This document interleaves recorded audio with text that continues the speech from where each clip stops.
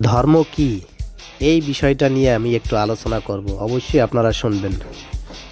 আমি একদিন ইন্ডিয়ায় হাবড়া একটা জায়গায় ব্যাংকে টাকা তুলতে গেছি, ব্যাংকের নাম মনে নেই। তা একজন হুজুর ফেরেশতার মতন সে আমার সামনে আসলো।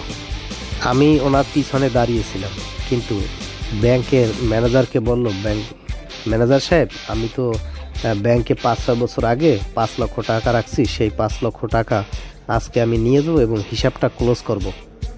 ব্যাংকার বলল, ঠিক আছে, তাইলে আপনি চেক লিখে দেন। তখন উনি 5 লক্ষ টাকারই শুধু চেক লিখলো।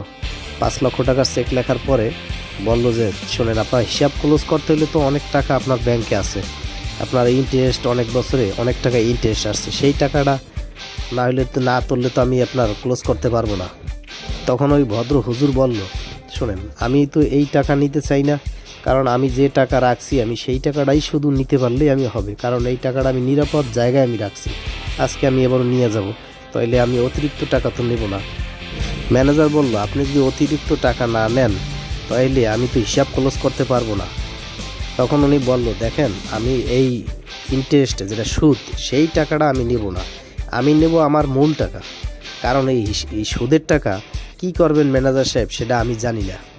আমি যদি বলি আপনি এই সুদের টাকাটা গরিবকে দেন, তাহলে আমার এই সুদের টাকা দেওয়া হবে গরিবদের।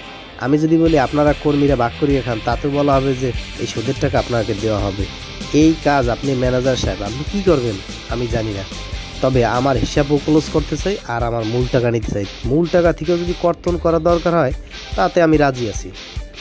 ব্যাংকার তখন গ্লাস থেকে বের হইয়া ওই হুজুরের পাও স্পর্শ করিয়া সেবা দিল। তখন বলল, শোনেন, আমি তো কোনোদিন ঈশ্বরের দেখি নাই, আপনাকে দেখে মনে হয় যে আপনি ঈশ্বরের যদি পরে কোনো ব্যক্তি থেন তাহলে আপনি এতটা বড়ই আপনার যে মন উদার, এটা আসলে আমি কোনোভাবে ভাবতেও পারি নাই। তবে আপনি সঠিক, আমরা ভুল, আমাদের ধ্যান ধারণা ভুল। আসলে আপনি সঠিক ধারণা নিছেন, এইটাই মূলত ধর্ম। বিষয়টা যদি ভালো লেগে থাকে অবশ্যই আপনারা লাইক এবং সাবস্ক্রাইব করবেন।